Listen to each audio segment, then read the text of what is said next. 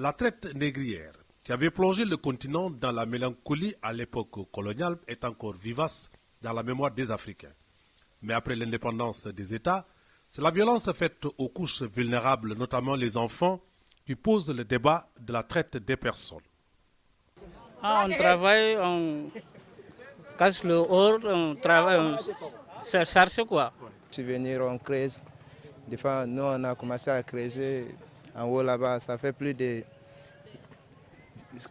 16 mètres comme cela, mais on n'a rien vu d'abord. Mais près d'ici, on a vu 14 mètres. C'est la chance. Nous, on a vu un peu là-bas en train de nous nourrir pour avoir foncé le travail. Et pourtant, les dispositions de la loi sont claires pour interdire les pures formes de travail des enfants. Le Sénégal a ratifié la Convention 135 sur l'âge minimum d'admission à l'emploi, mais aussi la Convention 185 sur les pires formes de travail des enfants. Dans les zones aurifères de Harakena, Mamakhono, Sambarambougou, entre autres localités, le constat est simplement ahurissant. Ce que vous avez vu sur ce site dépasse l'entendement.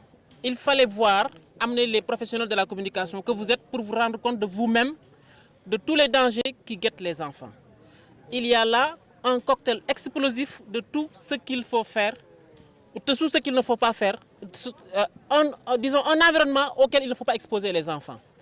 Il faut mettre un terme à cette criminalité transfrontalière en alertant l'opinion nationale et internationale, sensibiliser les parents et les autorités face à leurs responsabilités pour des mesures idoines.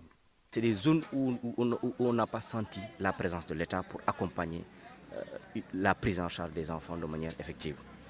Koupentoum aussi, pareil, il n'y a que le préfet qui assure la prise en charge, qui assure l'accompagnement des femmes, l'accompagnement des enfants de manière générale. Et ça aussi, vraiment, nous lancerons un appel, un fort plaidoyer à notre ministre pour que des dispositions soient prises dans les meilleurs délais.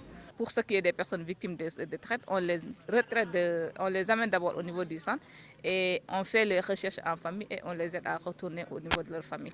Maintenant, pour ce qui est des enfants qui travaillent dans les zones aurifères, avec l'appui de leurs parents, on leur fait arrêter ce travail-là et ensuite on leur demande de choisir un corps de métier ou bien si l'enfant est très jeune, on lui demande de retourner à l'école. Aucun enfant n'a demandé à venir au monde.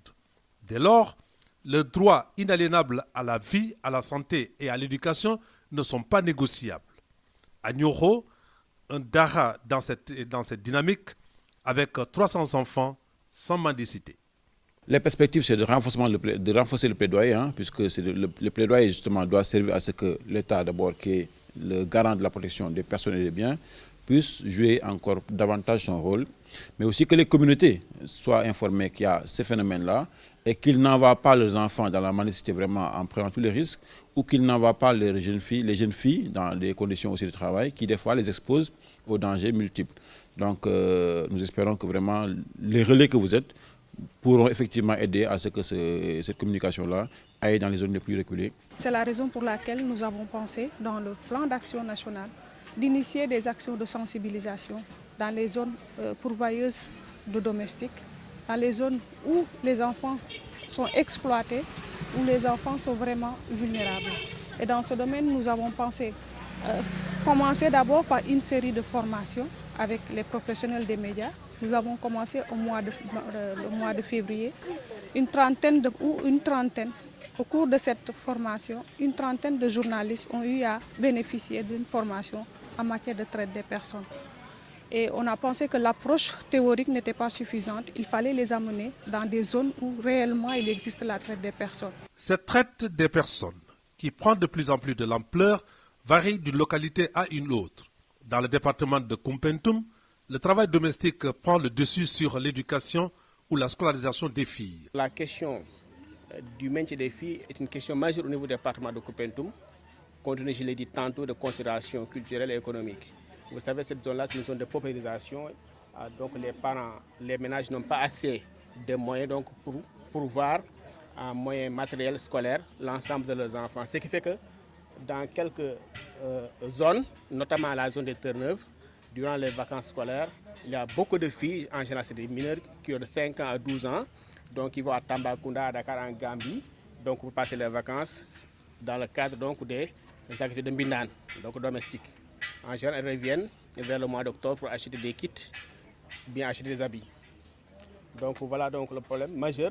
Il faut rappeler qu'au troisième millénaire, toutes les pratiques ou atteintes à la liberté individuelle ou collective des citoyens doivent être bannies.